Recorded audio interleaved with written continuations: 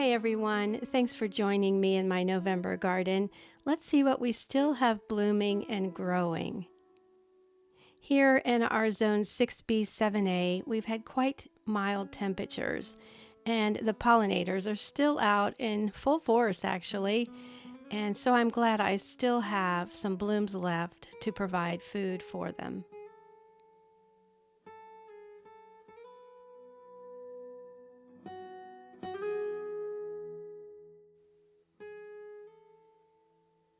I'm so happy to be having a few dahlia blooms left in the garden.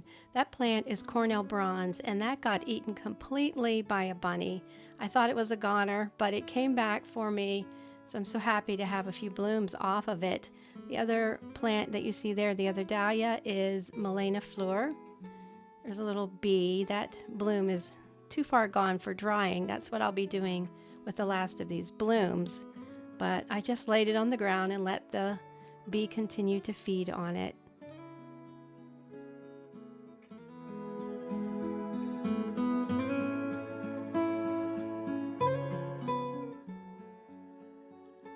I like using a lot of ornamental kale and cabbage in my garden.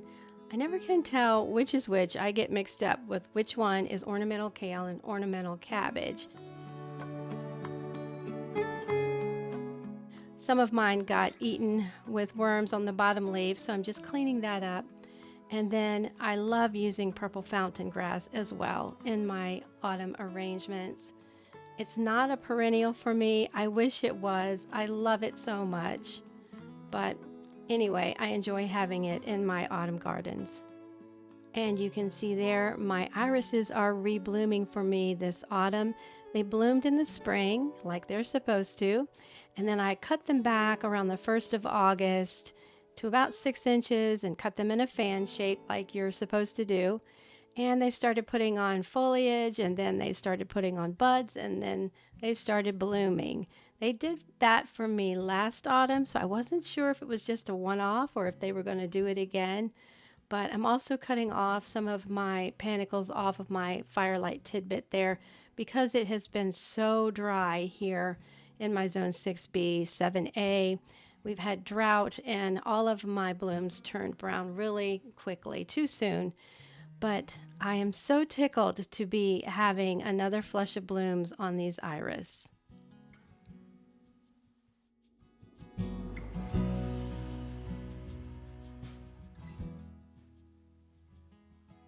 My little solar fountain going strong there because we've had such mild temperatures.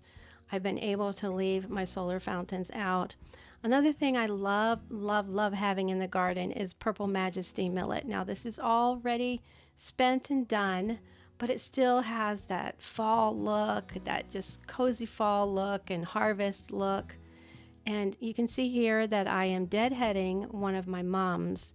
I don't always do that. Mums are an annual for me unless I buy a specific perennial mum. But if you deadhead them, just snap off the blooms or pinch off the blooms or cut off the blooms. There's lots of blooms coming underneath, and that way the sunlight can get to those blooms and you can have another flush of blooms on your mums. You can see there the little buds coming on. I paid half price for several of my mums. I bought them when they were fully opened like this. Mums will last a long time for you, especially if you keep them well hydrated. And who doesn't love rosemary in the garden? I sure do.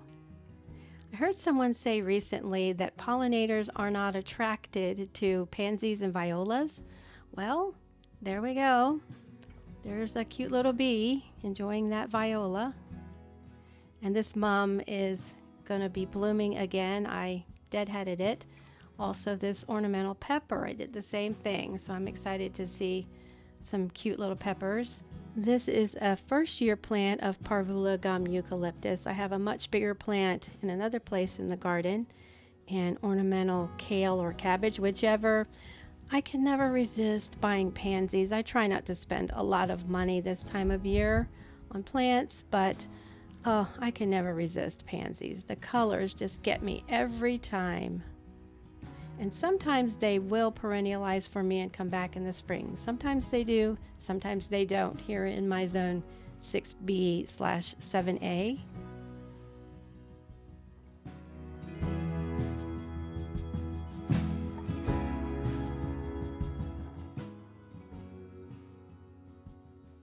Even the strawberries are trying to get in on the November fun, putting off some blooms.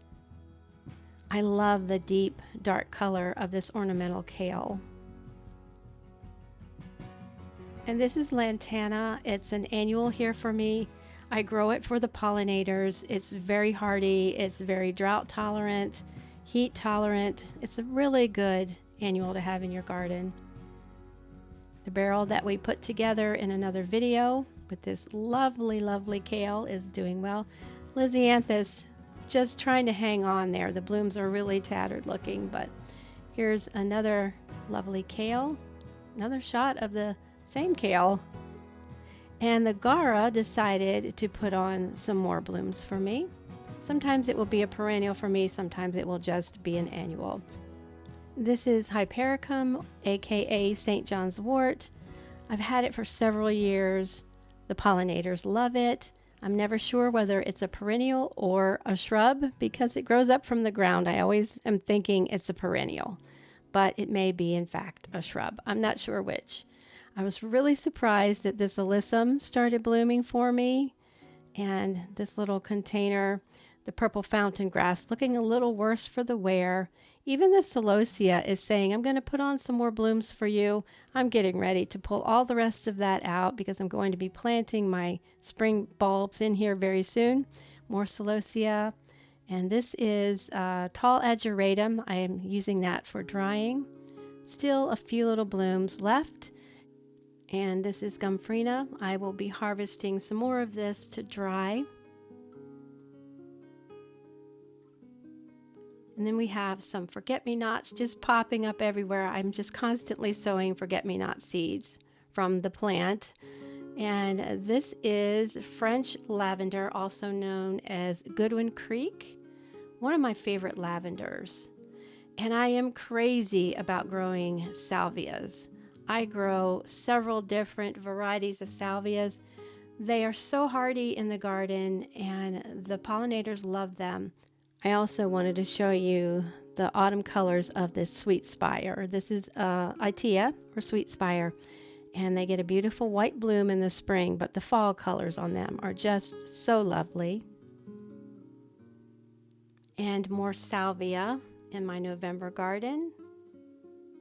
This is pineapple sage. It gets quite large, as you can see, and for most of the summer it's just a green sage plant, and then it gets these red spiky blooms on it. The pollinators just love the blooms. The hummingbirds, when they are here, they love the blooms, and I love to cut them to dry. You wouldn't think these blooms would dry very well because they are quite delicate, but they give just the right hint of red in your fall and in your Christmas arrangements and your dried flower Christmas arrangements. So that's why I love to dry them. And the smell is just, I don't know, there's nothing like the smell of pineapple sage.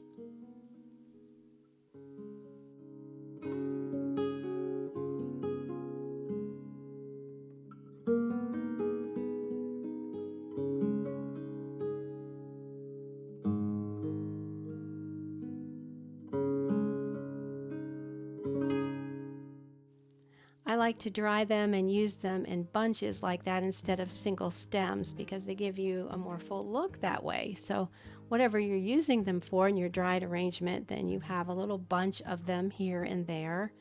And we'll take these and hang these in our dried flower cottage, and in just about a week they will be completely dry.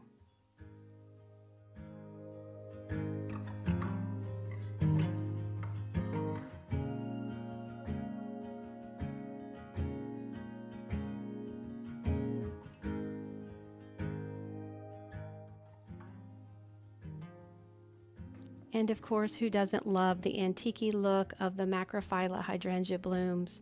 I've already harvested quite a few for drying, so they are already all dried.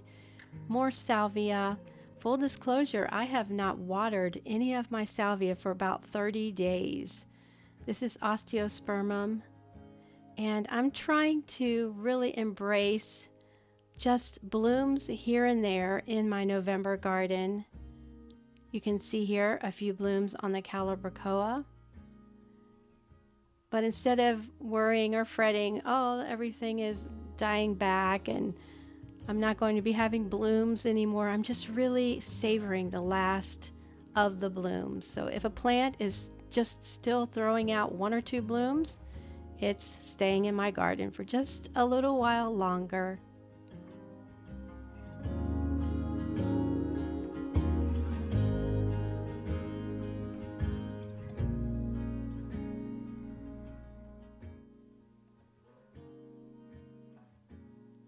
This is Dusty Miller that I grew from seed, and it's just kind of hanging out until Christmas time, and that's mainly when I use it, and I also dry quite a bit of it.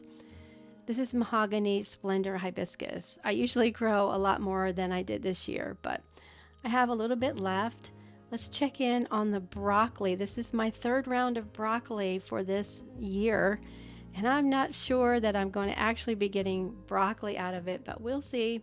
This hydrangea was pink when I planted it out in early summer, and because my soil is acidic, it turned blue for me and it's reblooming. My Brunnera died back because of the drought, but then it started coming back for me. I'm so happy. This is Gaillardia, or blanket flower. It's a perennial. It self-seeds itself all over the place, and it has a few blooms here in November. This is beautiful dogwood. This is Cherokee Brave, and it's a white dogwood. It's just such a beauty. This is dwarf Nandina. Anything that has a berry on it and produces a berry has my heart. It does not need a pollinator, and it produces these lovely berries. I want to thank you so much for joining me. As always, your support means everything to me. Happy gardening. We'll see you next time, friends. Bye-bye.